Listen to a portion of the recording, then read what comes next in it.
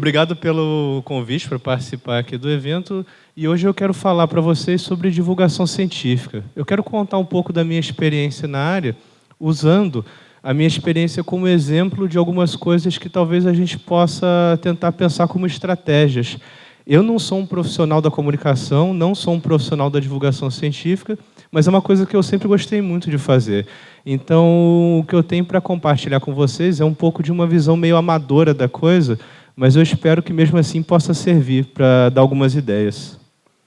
Bom, antes de começar, eu gostaria de agradecer, primeiro, a Universidade de São Paulo, onde eu trabalho, também o Laboratório de Síntese Ecológica, toda a equipe do laboratório que eu coordeno lá na USP, mas eu gostaria de agradecer principalmente a galera do Twitter, especialmente essas 6 pessoas que estão aqui, que me ajudaram com sugestões e críticas para a palestra.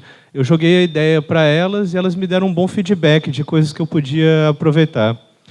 E eu aproveito para parabenizar publicamente a Aline e a Graciele, porque elas ganharam aquela primeira fase do Instituto Serrapilheira, o Camp Serrapilheira, que é uma iniciativa muito legal de divulgação científica, e em breve elas devem estar indo participar. E o pessoal aqui da Bland também ganhou, né, o Serrapilheira. Parabéns a vocês também. Eu achei muito legal essa iniciativa. Para poder falar sobre comunicação e divulgação da ciência para o público leigo, eu gostaria de começar com uma parábola. Não no sentido matemático, mas no sentido de uma história que eu quero contar para vocês. É o Sermão do Lótus. Vocês já ouviram falar sobre esse sermão? Ele aconteceu um tempinho atrás, mas ainda continua bem atual até o dia de hoje. Ele ocorreu, na verdade, 2.500 anos atrás. É um sermão que envolve o Shakyamuni Buda, também conhecido como Siddhartha Gautama, e os discípulos dele, lá no Nepal, na Índia Antiga. O Buda se reuniu com vários discípulos e ele ia fazer uma pregação, ia ensinar um pouco da doutrina dele para os discípulos. Só que o Buda estava quieto. Ele não falava nada, não estava começando nenhum discurso, nenhuma pregação. Os discípulos começaram a ficar um pouco inquietos, todo mundo ali muito sério, muito sisudo, e o Buda em silêncio. E eles esperando ali, esperando por minutos e minutos, e nada acontecia. Até que uma hora, o Buda simplesmente pegou uma flor de lótus e ele mostrou diretamente para um dos discípulos, o Mahakassapa. Na hora que ele pegou essa flor de lótus e botou ali na frente do rosto do discípulo, o discípulo começou primeiro a dar um sorriso, esse sorriso foi se tornando uma risada bem gostosa e alta, e o Buda começou a rir junto com ele também. E naquele exato momento, o Mahakassapa atingiu a iluminação. Só o que faltava, depois de todo o treinamento dele, era ver aquela imagem daquela flor de lótus. E isso provocou toda a mudança que levou à iluminação. Essa parábola do sermão da flor de lótus dá várias lições para a gente.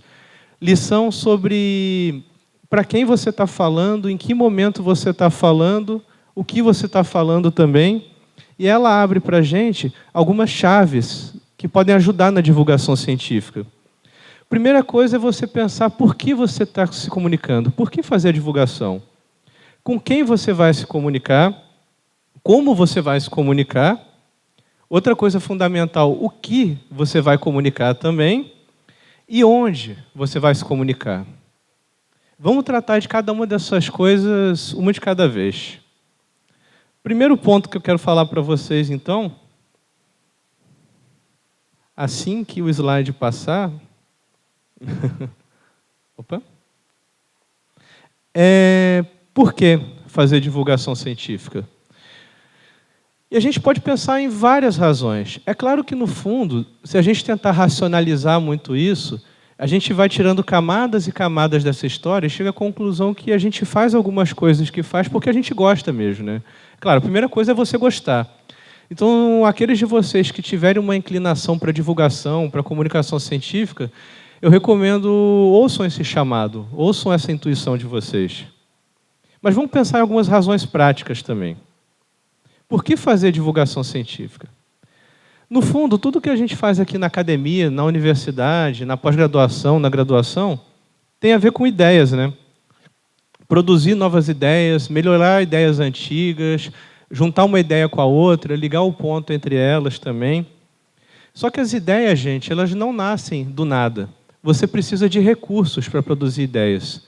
Nem sempre são recursos materiais, no sentido de dinheiro, mas você precisa, pelo menos, de energia, de tempo, de atenção, de cuidado, de estudo e de troca de informações. Só que se a gente pensa numa estrutura institucionalizada como a universidade, o dinheiro é fundamental, sim. Às vezes a gente chega aqui e a gente tem a impressão que as coisas caem do céu para a gente, que as coisas simplesmente estão prontas, que a gente tem direito a tudo que a gente quiser, e o que a gente quiser tem que estar pronto na nossa mão na hora que a gente quiser, mas as coisas não são bem assim. O dinheiro que a gente usa na universidade vem da população, vem da sociedade, vem de várias pessoas, inclusive de nós mesmos, todos os pagadores de impostos. Mas se a gente pensar no contexto de um país tão desigual quanto o Brasil, com tantos problemas sociais a serem resolvidos, a gente precisa lembrar também que o slide às vezes sai. Não, na verdade a gente precisa lembrar também que, dentre essas pessoas que estão pagando a nossa conta na universidade, tem pessoas miseráveis, pessoas passando fome, pessoas que não têm onde morar, muitas pessoas analfabetas ainda no Brasil também. E mesmo um mendigo ali na rua, se ele receber uma esmola e for na padaria comprar um pãozinho para comer, ele está pagando imposto sobre aquele pão também. Então, uma parte daquele dinheiro da esmola dele vira dinheiro que a gente usa na universidade também. Isso quer dizer que é desperdício? Claro que não. A universidade é fundamental, a ciência é fundamental, educação, tecnologia e inovação são todas fundamentais. É só a questão de que a gente tem uma responsabilidade social. O dinheiro que a gente está usando aqui não é nosso e, portanto, a gente tem que tentar usar esse dinheiro da melhor forma que a gente pode e também fazer o caminho de volta, ou seja, contar para as pessoas o que a gente está fazendo com o dinheiro delas, o que a gente tem descoberto na ciência e também de que forma esse conhecimento que a gente produz pode ser usado para melhorar a vida das pessoas. A gente precisa botar a boca no trombone e fazer essa divulgação, essa comunicação. É claro que a universidade atende várias outras funções, mas além das funções mais diretas e cotidianas, que nem formar novos profissionais, né, coisa que a gente faz aqui dentro, a gente também precisa comunicar melhor o que a gente está fazendo, explicar para a sociedade. Aí entra o papel fundamental da divulgação científica. Depois disso, a gente tem que pensar para quem a gente está divulgando. Afinal de contas, a comunicação tem que acontecer entre duas pessoas, entre duas entidades. Ela não acontece no vácuo. Para pensar no para quem, eu vou voltar um pouquinho no tempo. Lá para a minha infância, quando eu gostava muito de ler revistas de divulgação científica. Eu sou do tempo da Ciência Hoje, super interessante, Globo Ciência, inclusive também daquele álbum ali no canto direito superior, que era o Monstros da Pré-História. Esse álbum foi o primeiro álbum que despertou meu interesse pela ciência, e eu fiquei fascinado com esses dinossauros. Eu lembro que meu pai me deu esse álbum quando eu estava ainda no jardim da infância, ensino infantil, né, hoje em dia. E daí eu queria ser paleontólogo, e você vê, acabei ecólogo, na verdade, né, em vez de paleontólogo. Mas todos esses veículos de divulgação científica foram fundamentais na minha formação e na minha escolha de carreira também. Eles acabaram me levando a fazer a graduação em Biologia, lá na UFRJ, lá nos anos 90 ainda. E quando eu fiz esse curso de Biologia, eu fiquei fascinado. Entrar no curso, na graduação, foi como descobrir um mundo inteiramente novo. Perceber que tudo aquilo que eu tinha aprendido na escola era só o comecinho de uma história muito maior. A universidade te dá acesso a muito mais conhecimento. No meu caso, eu sempre tive um foco muito grande em morcegos. Desde o começo da graduação, eu comecei a estudar morcegos, fazer estágio sobre morcegos e fiquei fascinado com esses bichos. Aí, então, eu queria, de alguma forma, traduzir essa minha empolgação em comunicação. Eu queria contar para as pessoas quão maravilhosos os morcegos eram, que animais lindos, maravilhosos, fofos, cuti-cuti e tudo que eles eram. Ou seja, eu queria pensar em termos de grupos, né, de panelinhas que compõem a minha vida. E todo mundo aqui, se você pensar na sua rede social, todo mundo vive em algum tipo de panelinha, e você vive entre panelinhas também. Por exemplo, na minha vida, tinha a galera da biologia e, mais especificamente, a galera que estuda morcegos também, os morcególogos. E aí eu comecei a ter uma comunicação muito intensa, né, começando a fazer parte dessa comunidade. e trocando com essas pessoas conhecimento sobre biologia de morcegos, quiropterologia. Só que na minha vida tem também a galera do colégio, né, o pessoal que eu estudei a vida toda junto. E eles foram seguir outros caminhos na vida. Alguns viraram médicos, outros artistas, dançarinos, engenheiros. Cada um foi seguir o seu caminho na vida. Só que eu queria contar para eles como é que era maneiro esse negócio de morcego, esse negócio de biologia, de ecologia. Eu queria tentar fazer uma ponte entre essa galera da academia, né, com que eu estava convivendo agora, e a galera da minha época de escola também. Só que eu ficava me perguntando como é que eu podia ligar essas duas panelinhas? Porque toda a linguagem, todo o dialeto que eu estava aprendendo na academia era muito diferente do meu dialeto de origem. Eu cresci falando carioquês, talvez vocês tenham percebido, e depois que eu entrei na graduação, eu comecei a aprender o biologuês. Daí, para você poder falar do público, dos seus pares, né, como a gente chama, a galera que estuda o que você estuda, para a galera que não estuda o que você estuda, você precisa de uma espécie de tradução, na verdade. Uma tradução não só do idioma, mas dos costumes também. É como pessoas de duas nações diferentes se encontrando. Tem que haver alguma coisa que facilite a ponte entre elas. Nessa história do como, eu estava acostumado com os meios antigos de comunicação, com TV de tubo, de válvula, TV de madeira, tinha que girar o botão para organizar o canal. Eu não sei se vocês lembram daquela época até que a TV saía do ar. Gente, para a galera que é mais nova, a TV saía do ar. Dava meia-noite, 11 da noite, não tinha programação, só voltava às 6 da manhã. Ficava uma tela com umas faixas coloridas lá, um chuvisco meio maluco também. E daí você ficava, pô, não vejo a hora de voltar às 6 da manhã que vai passar desenho. De repente eu consigo ver desenho antes de ir para o colégio, né? Só que já nos anos 90 as coisas estavam se modernizando. A internet estava chegando aqui no Brasil, começando a se popularizar. Os computadores pessoais também estavam começando a se popularizar. Eu lembro que os anos 90 eram a época em que você podia comprar um desktop, né, um computador de mesa, por leasing. Imagina, hoje em dia a gente não faz leasing nem para carro mais. Naquela época você fazia leasing para computador, de tão caro relativamente que era, né? E as coisas estavam mudando, a internet estava começando a ficar cada vez mais importante e isso só foi crescendo nos últimos 20 anos. Hoje em dia, a gente tem um cardápio gigantesco de meios de comunicação à nossa disposição. Aí, se você tem tantas opções de como fazer essa comunicação, a próxima pergunta que surge naturalmente é o quê? O que tu tem para falar, né? Não adianta você ter como falar, tu tem que ter alguma parada para falar também. E eu fiquei pensando, do que eu vou falar? Eu estava empolgado com esse negócio de biologia, descobrindo ali um mundo da universidade. Eu falava, pô, eu quero contar tudo. Eu quero contar até aquelas células que eu desenhava na aula de anatomia vegetal, por exemplo, também. Só que daí, conversando com alguns professores lá da minha época, foi um dos conselhos mais sábios que eu recebi naquela época era: tome cuidado com o que você vai falar para o público. Eu lembro de um professor que me falou naquela época assim: não é porque você tem o meio para falar que você vai falar o que você quiser.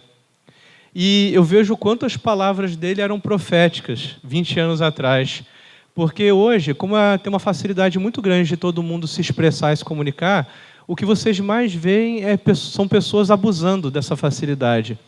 Não é muito comum, somente no YouTube e mídia social de um modo geral, vocês verem gente que entende de tudo. A pessoa tem opinião sobre tudo, ela é especialista em tudo, e no vlog dela ela fala de biologia, de futebol, de arte, de religião. E aí a gente começa a pensar, peraí, mas que autoridade a pessoa tem para ter opinião sobre tudo?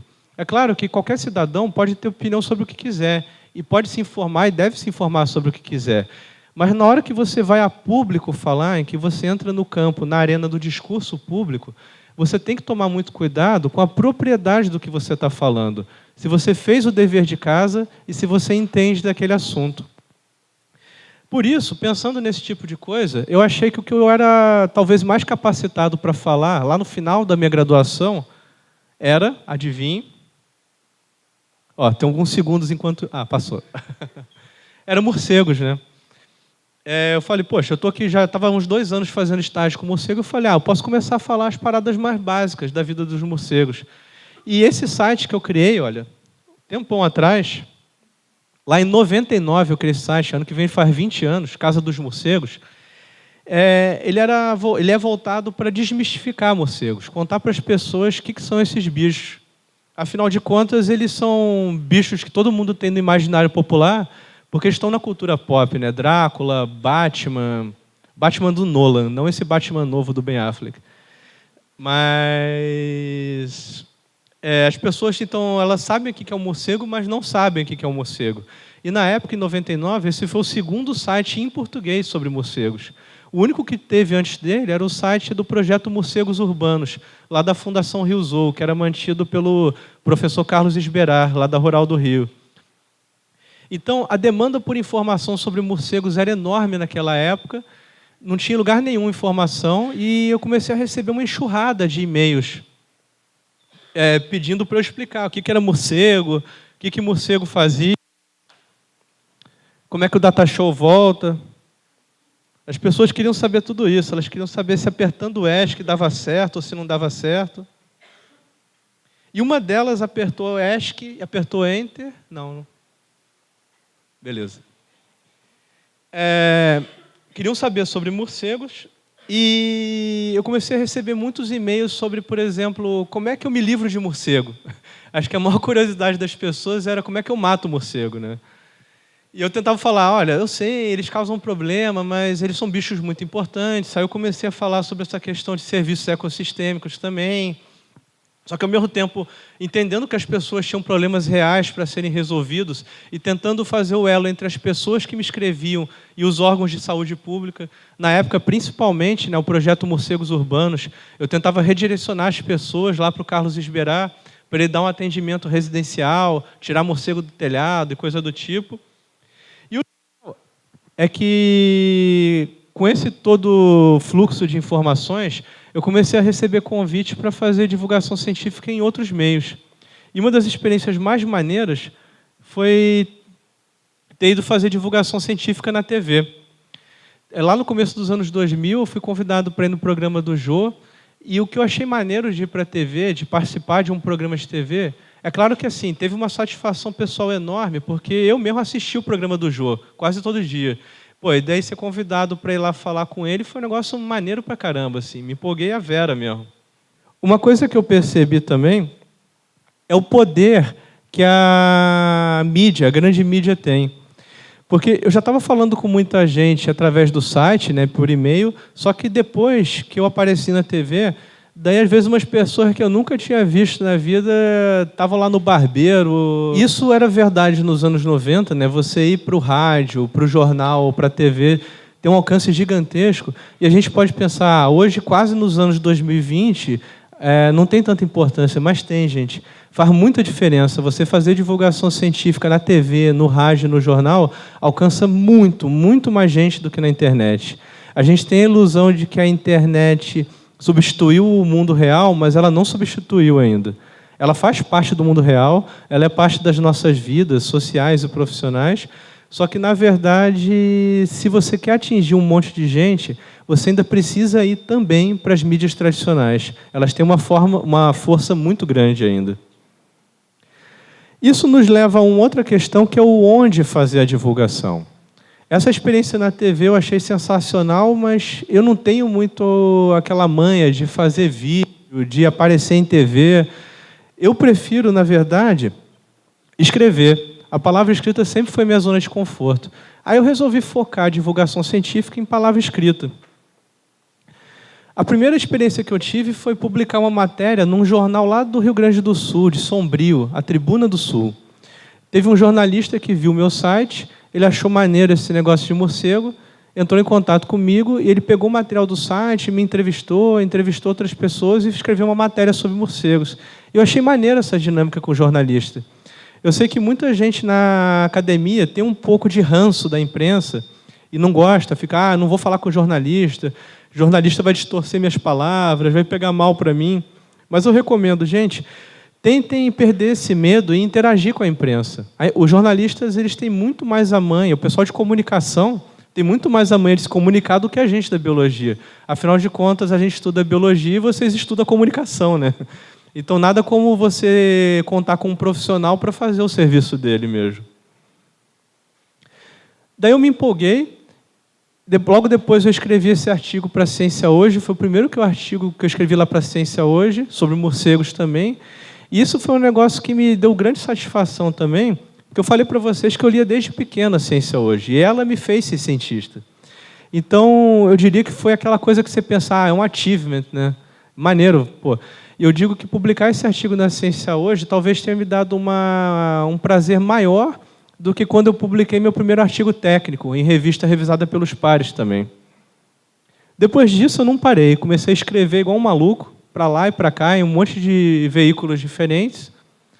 E, depois de um tempo, eu comecei a colaborar mais com jornalistas também.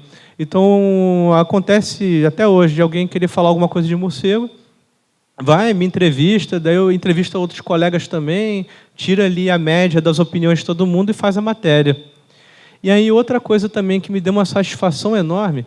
E por que eu estou falando dessa satisfação? Porque qualquer atividade profissional que a gente vai fazer, o que motiva a gente a ir cada vez mais fundo e cada vez fazer mais aquilo é o retorno que a gente tem, né? Se a gente não tem um senso de realização, um senso de propriedade, a gente acaba não se empolgando e não se dedicando tanto àquilo. Então, é só uma dica, busquem as atividades que dão prazer para vocês, porque elas provavelmente vão te dar aquela retroalimentação que vai fazer vocês quererem entrar mais a fundo naquilo depois. E aí, por exemplo, colaborar com um jornalista da Super Interessante foi outra coisa que eu achei muito maneiro, porque a Super Interessante também foi muito importante na minha formação. E eu continuo colaborando com a Super até hoje, que nem, por exemplo, nesse artigo aqui, publicado em dezembro do ano, justamente sobre o tema da palestra do Mark de ontem, né? Ele estava falando sobre aquela questão da crise na publicação científica, na revisão, na valorização da ciência, na cienciometria também. Aí o Bruno Vaiano, repórter da Super, ele resolveu escrever sobre isso em dezembro do ano passado. Eu recomendo que vocês leiam essa matéria. Ela ficou muito, muito legal mesmo. Comenta até sobre o fenômeno do Sci-Hub também. Mas a experiência que me deu o maior retorno mesmo e que eu tenho investido mais hoje em dia é o blog. Esse blog, que eu acho que, na verdade, foi o motivo de eu ter sido convidado por esse evento aqui também, eu comecei em 2012. Só que a raiz do blog é 2007, na verdade. Esse blog é um blog de conselhos acadêmicos. É um aconselhamento sobre a carreira acadêmica, carreira de cientista. A origem dele, em 2007, começou em textos que eu escrevia para os alunos do meu laboratório. Toda vez que entrava um grupo novo de alunos, um aluno novo no laboratório, rolava aquele problema de ter que explicar todo o básico de novo. E, às vezes, entrava um aluno num mês, 2 meses depois entrava outro aluno, eu tinha que explicar todo aquele básico do básico de novo. Aí eu falei, quer saber? Eu vou botar essa parada no papel. Vou fazer uns textos sobre como encontrar literatura científica, como escrever um projeto, como escolher quais disciplinas você vai fazer na faculdade. Aí, quando entra aluno novo, eu dou esses textos para eles lerem, eles leem esses textos e outras leituras recomendadas também, e aí depois eu posso marcar uma reunião com esses alunos, que com essa reunião eles já vão ter feito esse dever de casa básico, e aí fica muito mais produtivo, só tirar as dúvidas, apontar umas direções também. Em 2012, um amigo meu falou, por que você não pega essa parada e transforma numa coisa de internet, né? Um PDF que está lá só no seu laboratório, de repente pode ajudar mais gente. Aí eu resolvi botar isso tudo no WordPress e ver que bicho dava. Hoje em dia o blog passou de 3 milhões de acessos, o que me deixou muito feliz também. E ele tem recebido aí pelo menos uns 1.500 acessos por dia.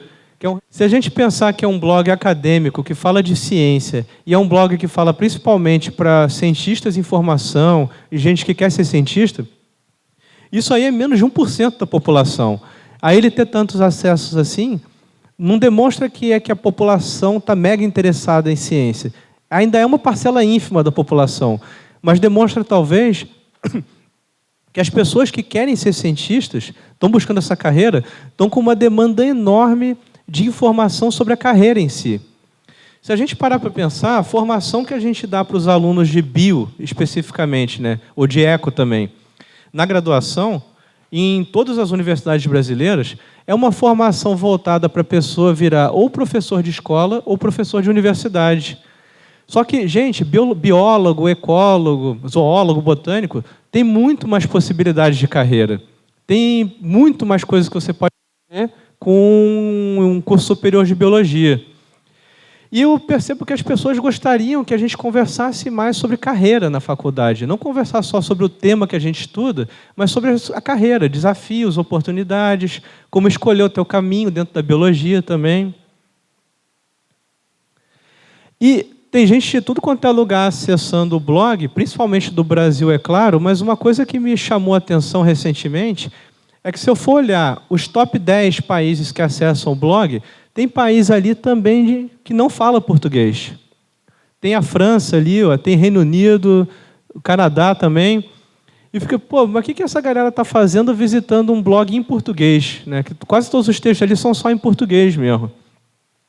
E, gente, isso começou a acontecer de 2 anos para cá, e é graças ao milagre do machine learning.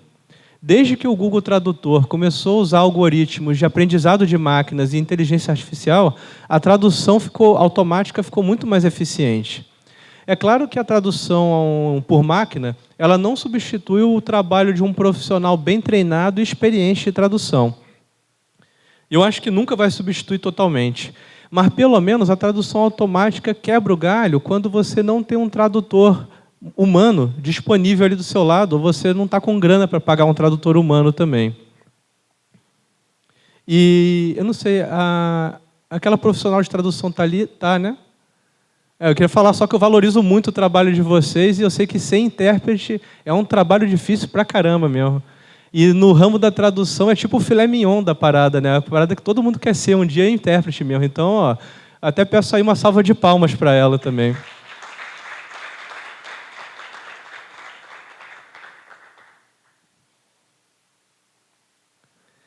Outra parada maneira que eu reparei é que a razão sexual dos leitores do blog está quase perto de 1 para 1 também. Então, tem tanto mulheres quanto homens acessando igualmente o blog. E, mais recentemente, o blog se tornou também, na verdade, um trabalho em equipe. Hoje, o Alexandre Palaoro, que é pós-doc na Ecologia lá da USP, e a Roberta Bonaldo, que é uma profissional independente, estão me ajudando a escrever textos também. O Alexandre é um cara que está seguindo a carreira acadêmica também, a parada dele é fazer pesquisa, é o que ele curte, e é o que ele está construindo. Ele é um cara que estuda comportamento animal e, pô, faz uns trabalhos bem maneiros mesmo, gosta de escrever também. E o legal da Roberta é que a Roberta é um caso diferente. A Roberta foi minha colega na Unicamp, na época do doutorado. Eu fazia o doutorado, ela fazia o mestrado na época. E desde cedo ela mostrou talento para fotografia, vídeo, ela sempre curtiu muito mídia. E a Roberta também, poxa, ela estava desenvolvendo pesquisas excelentes. Ela é bióloga marinha, na verdade. É uma ecóloga marinha, digamos assim. E a Roberta, ela começou a se envolver cada vez mais com mídia, mas ao mesmo tempo fazendo pesquisa. Ela fez 2 pós-doutorados, né? Tem 2 pós-docs ela. Se vocês forem olhar o Lattes da Roberta Bonaldo, vocês vão ver que ela teria condição de ser aprovada em qualquer concurso para professora de ecologia no Brasil. Ela tem um currículo sensacional, gente. Só que daí ela fez 2 pós-docs e uns 3 anos atrás ela resolveu abandonar a academia. Ela resolveu se dedicar em tempo integral à produção de documentários de natureza. Ela chegou à conclusão que era isso que ela curtia fazer. E olha só, rola geralmente aquele papo de que quem sai da academia, quem não vira pesquisador, é porque não teve capacidade, né? A pessoa tentou e não conseguiu, daí foi fazer um prêmio de consolação, alguma parada assim. Mas isso não é verdade, gente. Muita gente que sai da academia e vai seguir outras carreiras, faz isso de forma consciente e por vocação. E eu repito, a Roberta poderia ser o que ela quisesse, ela é brilhante. E ela escolheu conscientemente largar a academia depois de 2 pós-doutorados e trabalhar com documentarismo. Então, gente, tem muita opção por aí. Outra coisa importante também, gente, independente se vocês resolverem botar foco de divulgação em blog ou em vídeo no YouTube, o que vocês preferirem é vocês replicarem aquele conteúdo em várias mídias sociais. Por exemplo, tudo que eu produzo no blog, eu tento replicar no Twitter, no LinkedIn, no ResearchGate também. É importante você ter uma central onde você produz o seu conteúdo e você replicar aquilo o máximo que você puder, para você aumentar o alcance do que você faz. Uma coisa legal também é que essa atividade na internet também leva você a ser convidado a escrever para outros blogs, produzir para outros canais. Isso vai virando uma comunidade, né? Uma rede. Um escreve no blog do outro, o outro escreve no blog do um. E, por exemplo, ano passado eu escrevi esse texto a convite para aquele blog, o Dynamic Ecology. Ele é um blog muito maneiro, eu acho que é o blog acadêmico mais maneiro de ecologia que tem hoje em dia. E depois, se vocês quiserem dar uma lida, esse texto fala sobre a crise política, econômica e acadêmica aqui no Brasil. E eu tento botar o contexto da crise atual no contexto das últimas crises dos últimos 30 anos também. Mostrando como é que a gente vive numa montanha-russa aqui no Brasil, né? Uma hora está bom, outra hora está ruim, depois está bom de novo. A gente tem uns ciclos aí mais ou menos de 10 anos, né? Entre escassez e bonança, escassez e bonança. E a gente raramente tem alguma estabilidade por mais tempo do que isso. Esse trabalho no blog, nas mídias sociais, me levou também a dar palestras. Então, eu tenho dado palestras em vários locais sobre a carreira acadêmica, é o que eu chamo de a jornada do cientista. E isso eu tenho feito, então, para suprir essa necessidade que eu percebi de aconselhamento de carreira entre jovens cientistas, principalmente na área ambiental. Então, eu comecei fazendo a divulgação científica voltada para morcegos e para o público leigo, continuo fazendo isso, só que hoje em dia eu tenho um foco maior nessa questão de coaching acadêmico, né? O aconselhamento acadêmico também. Só que nada é constante a não ser a mudança, e a gente precisa lembrar disso o tempo todo. Então, é importante a gente pensar em trocas de linguagem e trocas de mídia de tempos em tempos. Por exemplo, uma mídia que está bombando muito hoje em dia é o Instagram. Se vocês forem olhar, por exemplo, o perfil dessa pesquisadora, a Samantha Yamin, o perfil dela é Science Sam. Ela é uma das comunicadoras de ciência mais importantes de hoje em dia e ela é doutoranda em microbiologia lá no Canadá. O que ela faz no Instagram? Ela faz uma narração do doutorado dela. Ela tira fotos lá das placas de Petri, pipetando, o dia a dia de laboratório, e conta historinhas curtas sobre o que ela está fazendo, sobre o que é a pesquisa dela. E olha só que maneiro. E no Instagram ela tem quase 30 mil seguidores, gente. É coisa pra caramba se você pensar em Instagram e se você pensar ainda em ciência, né, e academia, nesse tema também. É um exemplo daquela imagem direta. Sabe? É um exemplo de eficiência de comunicação. A gente volta para a história do Buda e do Mahakassapa de novo. Ela botando uma foto bem tirada, com um texto curto objetivo e um link ou outro, ela consegue atingir muito diretamente, principalmente estudantes de escola. A mesma coisa que acontece no canal Nerdologia, que eu acho um outro exemplo sensacional de divulgação científica. E eu estou dando exemplos aqui bastante para vocês, porque eu acho que é mais fácil mostrar os exemplos do que falar dos conceitos maiores por trás. Talvez eu aqui vendo... Todo mundo aqui conhece Nerdologia, por exemplo? Quem conhece Nerdologia? Ah, que bom, a maioria conhece. O trabalho que o Átila e a Marino faz lá é sensacional. Ele faz uns vídeos aí de 8, 9 minutos, alguns de 6 minutos, e ele conta com toda a estrutura de mídia do Jovem Nerd, né, da corporação Jovem Nerd por trás dele. Então, os vídeos dele têm uma produção impecável, ele estuda muito o conteúdo, ele faz o dever de casa muito bem feito. Eu mesmo uso direto os vídeos dele em sala de aula, tanto para graduação quanto para pós também. E o Átila, gente, está com 2 milhões de inscritos. Pensa bem, é um canal de ciência, sabe? A coisa mais nerd do mundo. Só que ele consegue falar essa parada numa linguagem mega acessível, com conteúdo muito bom, e atinge 2 milhões de inscritos. Fora todo mundo que assiste os vídeos dele e não se inscreveu no canal, porque não quer clicar no sininho. Parada de YouTube lá. Outro exemplo de uma imagem direta, budista, muito eficiente também. Só que nem tudo são flores. Tem um pouco de espinho nesse jardim também. Então, eu só quero botar aqui alguns avisos, alguns conselhos para quem quer se meter com divulgação científica. Infelizmente, rola treta na parada também. Que tipo de treta que rola? Haters gonna hate. É a primeira treta que rola. Odiadores odiarão. Vocês, aqueles de vocês que quiserem dar a cara a tapa e saírem para a internet ou para a grande imprensa para fazer divulgação científica, comunicação de ciência, vocês vão reparar que tem muita gente maluca por aí, gente. Colocando em palavras simples é isso. Tem gente maluca pra caraca por aí. E o que rola é que, não sei porquê, mas a psique humana funciona dessa maneira. A gente presta muito mais atenção naquilo que irrita a gente do que naquilo que a gente gosta. Então as pessoas clicam mais, elas se engajam mais, compartilham mais, dão mais hit para as coisas que elas odeiam do que para as coisas que elas gostam. E aí fica aí uma dica para vocês. Toda vez que vocês se indignarem com alguma coisa na internet, não deem audiência. Sabe? Se você não gostou de alguma coisa, detestou alguma coisa, não compartilhe aquilo, gente. Não curte, não compartilha, não dá nem o dislike do YouTube. É melhor dar atenção para aquilo que vocês gostam. É mais positivo isso. Constrói menos ódio na internet. Mas o fato é, quando vocês saírem para dar cara a tapa, estejam preparados, tenham aí um bom assessoramento psicológico, pode ser aí o seu psicólogo de confiança, o psiquiatra de confiança, pode ser aí o templo que vocês frequentam, a religião que vocês seguem, mas tem um assessoramento psicológico porque você toma muita pedrada e você fica assustado às vezes. Às vezes você bota lá um texto falando, marca de azeitona que eu gosto. Daí você está falando de um texto de marca de azeitona que tu gosta e alguém fala assim, seu petralha, seu coxinha, seu mortadela, seu salame, sabe? Todas essas palavras, seu taxista, seu fascista.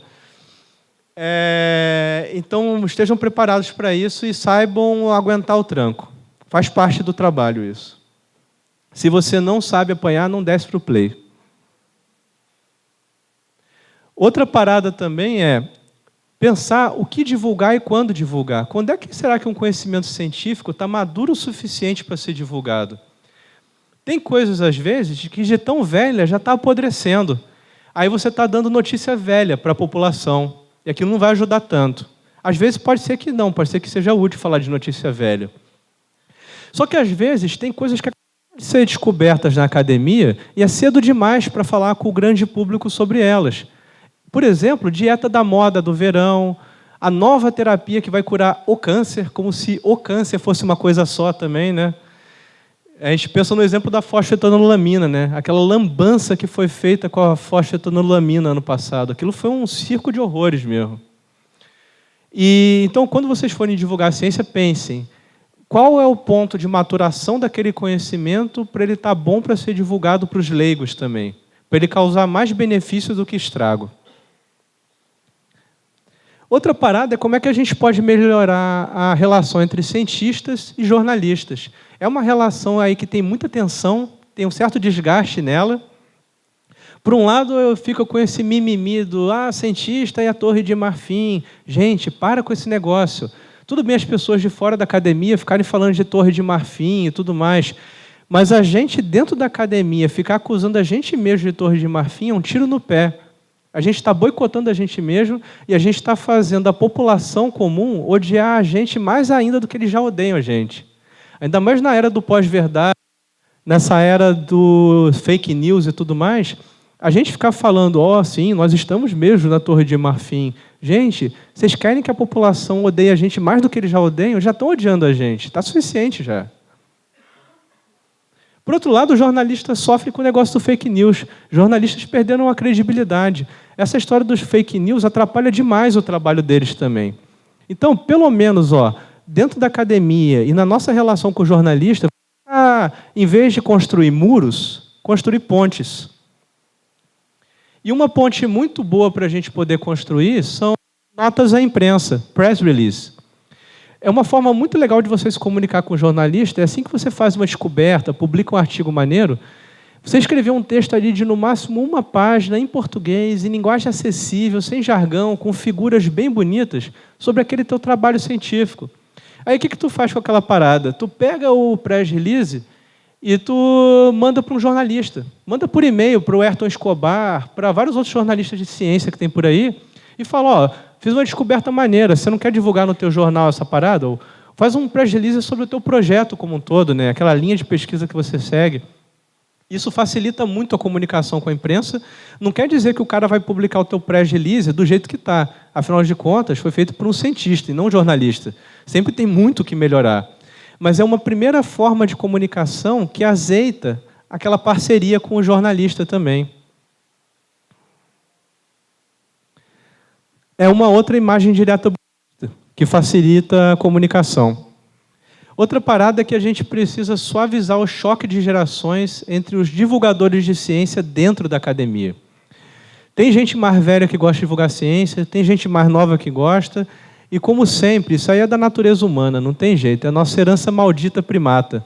A gente é um bicho hierárquico que vive em sociedade, gosta de formar grupo e gosta de guerrear um grupo contra o outro. Isso aí está no nosso DNA, mas a gente tem que lutar contra isso. Em geral, se duas pessoas têm mais do que 10 anos de diferença na idade delas, elas vão ter um choque de geração entre elas. O que acontece? A diferença nas mídias que cada tipo de geração gosta de usar, a diferença na linguagem, na forma de se comunicar, com quem você quer se comunicar. E, em vez, gente, de ficar um grupo atacando o outro, vamos trabalhar junto, né? Vamos tentar fazer aparecer o slide de novo. E é muito comum, eu vejo principalmente jovens graduandos que estão interessados em divulgação científica, eles reclamando, meus professores não me valorizam, sabe, falam que eu estou perdendo tempo, e isso acontece mesmo. Por outro lado, eu vejo professores falando também, divulgação científica é besteira, tem que fazer paper é que bota o arroz com feijão na mesa, sabe, vamos parar com essas paradas e vamos conversar mais. E o que acontece muitas vezes é que, às vezes, aqueles alunos que acusam os professores de serem arrogantes e não valorizarem o trabalho deles, assim que eles entram para o YouTube e começam a receber uma certa audiência, eles conseguem, às vezes, ficar mais arrogantes do que os professores que eles criticavam. E aí é o ciclo da vida, né? O Hakuna Matata rolando. Outra parada importante, que eu até já adiantei para vocês, é a gente parar de dar tiro no pé, gente. E essa história de que a universidade não alcança a sociedade, isso é só uma verdade pequenininha, mas não é uma verdade enorme. Pode ser até que, de repente, o departamento em que você trabalha, o curso de pós que você está, não tem tanta extensão. Não só divulgação científica, mas extensão de um modo geral. Mas se a gente parar para pensar na universidade como um todo, a gente presta um monte de serviço para a sociedade. O primeiro serviço que a gente presta é formar os novos profissionais. É a universidade que está botando médico, engenheiro, advogado, veterinário, agrônomo, biólogo no mercado de trabalho.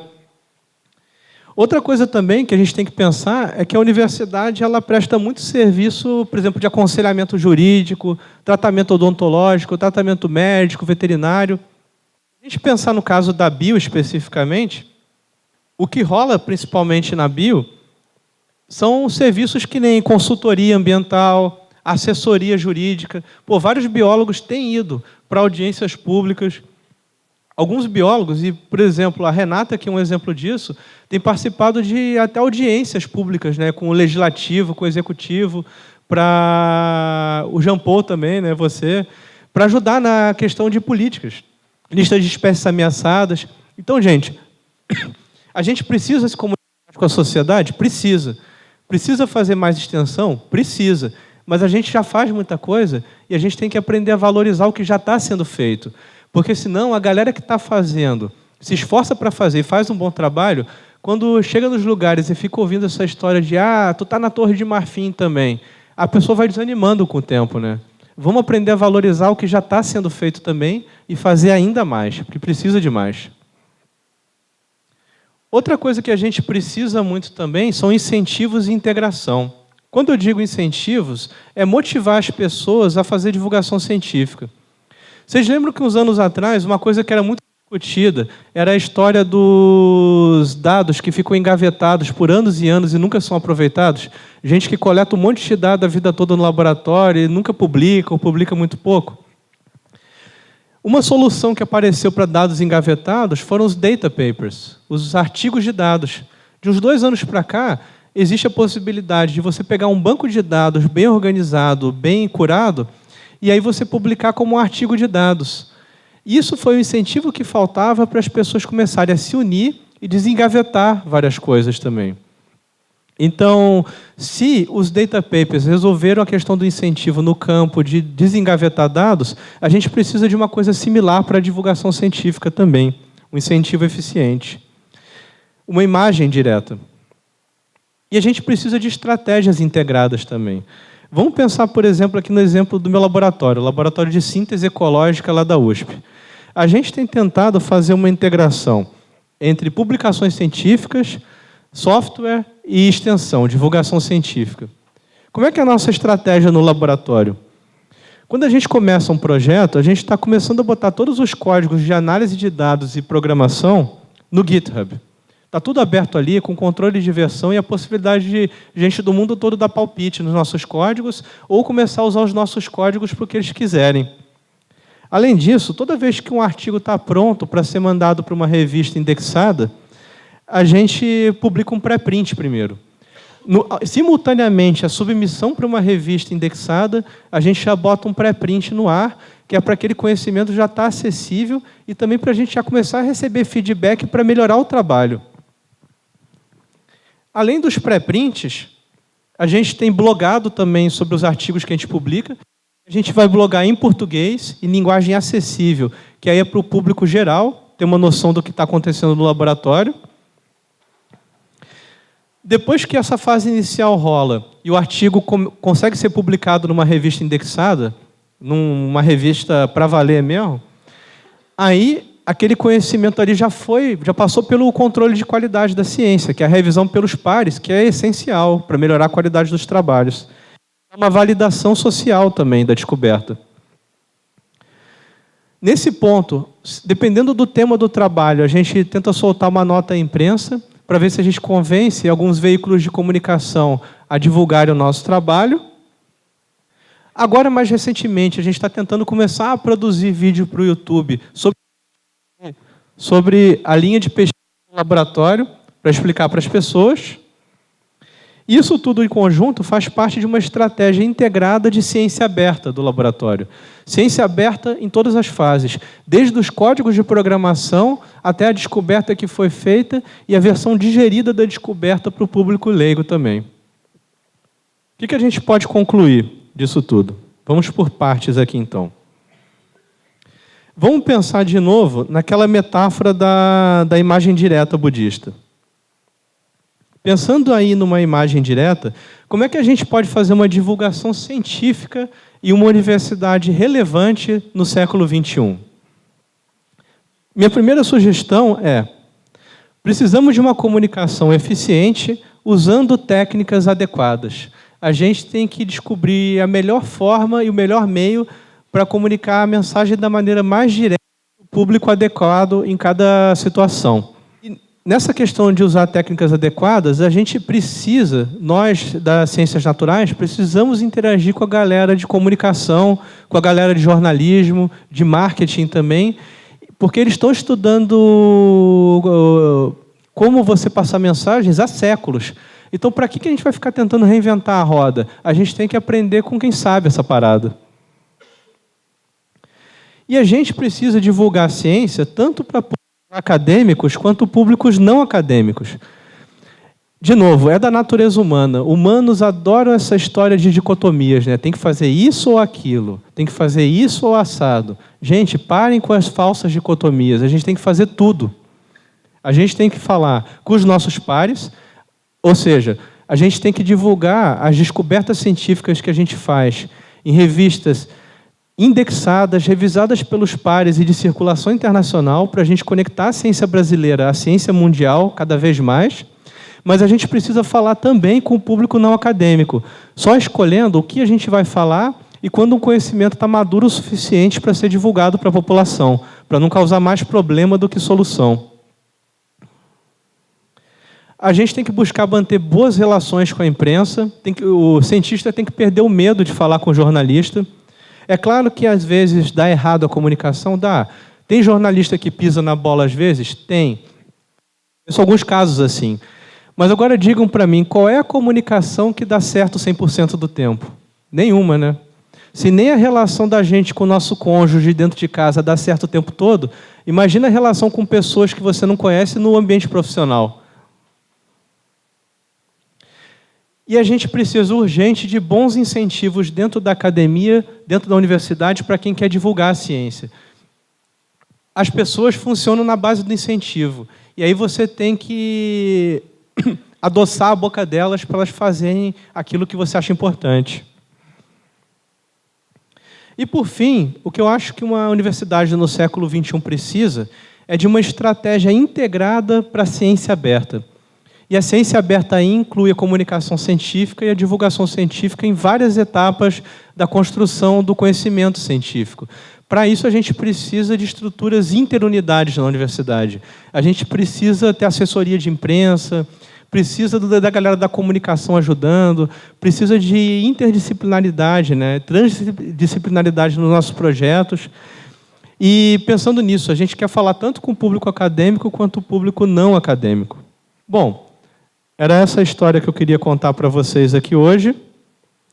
Se vocês quiserem saber mais sobre as atividades do meu laboratório, vocês podem entrar no nosso site, em marcomelolab.wordpress.com. Lá vocês vão achar material científico, divulgação científica, material de ensino também, nossos códigos de scripts para análise de dados, de programação também, que a gente começava a botar primeiro no site, depois que a gente começou a usar o GitHub agora também. E eu agradeço muito pela atenção de vocês. Obrigado.